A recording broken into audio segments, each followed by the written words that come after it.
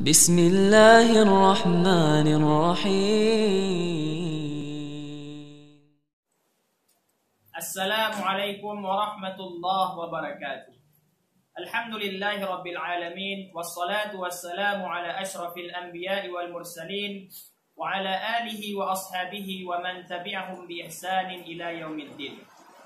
Alhamdulillah, kita pada hari ini kembali membahas kitab Fikih Muyassar, dan kita pada hari ini masuk pada pembahasan yang baru, yaitu pembatal-pembatal puasa. Nah, jadi apa itu pembatal-pembatal puasa? Yang pertama, pembatal puasa tentu kita insya-Allah adalah faham sedalah, yaitu makan minum dengan sengaja. Nah, jadi kau insya-Allah adalah faham kita sedang berpuasa, tentu makan minum dengan sengaja itu membatalkan puasa kita. Nah, namun pula misalnya kalau ada orang nak sengaja nyo makan dan minum itu, apa hukumnya? Rasulullah sallallahu alaihi wasallam bersabda, "Man nasiya wa huwa sha'imun fa akala aw shariba falyutimma shaumahu fa innama at'amahu Allah wa saqa." Kata Rasulullah, barang siapa yang sedang berpuasa dan inyo lupa, bitunya makan minum dalam keadaan lupa, tak ada sengaja, kata Rasul, silahkan lanjutkan puasanya. Fa inna ma at'amahu Allah wa saqah. Sesungguhnya yang magih makan dan minumnya itu Allah Subhanahu wa taala. Artinya apa? Artinya itu rezeki yang dari Allah, bonus yang dari Allah Subhanahu wa taala. Jadi ketika kita misalnya nak sengaja makan minum, silahkan kita lanjutkan puasa kita. Namun kita ketika kita taingik kita berpuasa, langsung berhenti makan, langsung berhenti minum. Jangan pula dilanjutkan makan dan minum. Itu hukum orang yang nak dosa najo, orang yang lupa inyo sedang berpuasa. Kaum muslimin rahimani wa rahimakumullah. Ba pula hukumnya kalau ada orang yang sengaja inyo makan dan minum di bulan puasa. Apa inyo harus mengganti puasanya tu? Apa inyo mengganti puasanya tu di bulan-bulan selain bulan Ramadan?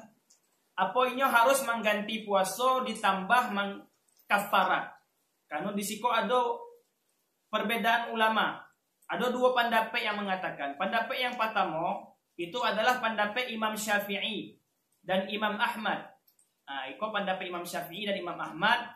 Imam Syafi'i mengecekan kalau ada orang yang sengaja berbuka di bulan Ramadan, sengaja berbuka di bulan Ramadan, sengaja makan minum di bulan Ramadan, inyo hanya mengganti puasa yang inyo tinggalkan tujuh. Mengganti puasa jo di bulan-bulan selain bulan Ramadan. Iko pendapat Imam Syafi'i.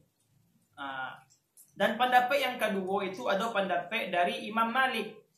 Imam Malik mengecekan orang yang sengaja makan minum di bulan Ramadan, inyo harus mengganti puasanya tu di bulan-bulan selain bulan Ramadan, ditambah membayar kafarat. Itu pendapat Imam Malik, mengganti kafarat. Jadi mengganti puasa ditambah membayar kafarat. Apa itu kafarat? Itu Imam Malik itu mengkiaskan orang yang sengaja makan minum di bulan Ramadan itu dikiaskan kepada orang yang melakukan hubungan jima dengan sengaja di bulan Ramadan. Orang yang melakukan hubungan jima dengan sengaja di bulan Ramadan, inyo itu harus membayar kafarat. Apa kafaratnya? Kafaratnya itu memerdekakan budak. Kalau nak ada budak, inyo harus berpuasa 2 bulan batu itu. Kalau nak ada sanggup berpuasa 2 bulan batu itu, inyo harus magih makan orang miskin. Berapa jumlah orang miskin? 60 orang miskin yang harus diagih makan. Iko kafarat dandonyo. Dando orang yang melakukan jima dengan sengaja di bulan puasa. Jadi Imam Malik mengkiaskan hukumnya tu, hukum orang yang sengaja makan minum di bulan Ramadan dengan orang yang melakukan hubungan jima dengan sengaja di bulan Ramadan. Jadi kecil Imam Malik, orang yang dengan sengaja makan minum di bulan Ramadan, inyo harus mengganti puasanya di bulan-bulan selain bulan Ramadan, ditambah inyo membayar kafarat. Membayar kafarat seperti membayar kafaratnya orang yang dengan sengaja melakukan hubungan jima di bulan Ramadan. Itu pendapat Imam Malik. Namun kaum muslimin rahimani wa rahimakumullah, pendapat yang lebih kuat itu adalah pendapat Imam Syafi'i dan Imam Ahmad. Karena apa? Karena nak ada dalil, nak ada nas yang menyebutkan bahwasanya orang yang melakukan, orang yang sengaja makan minum di bulan Ramadan harus membayar kafarat. Nah, itu pendapat yang lebih kuat, itu pendapat Imam Syafi'i dan Imam Ahmad rahimahumullah.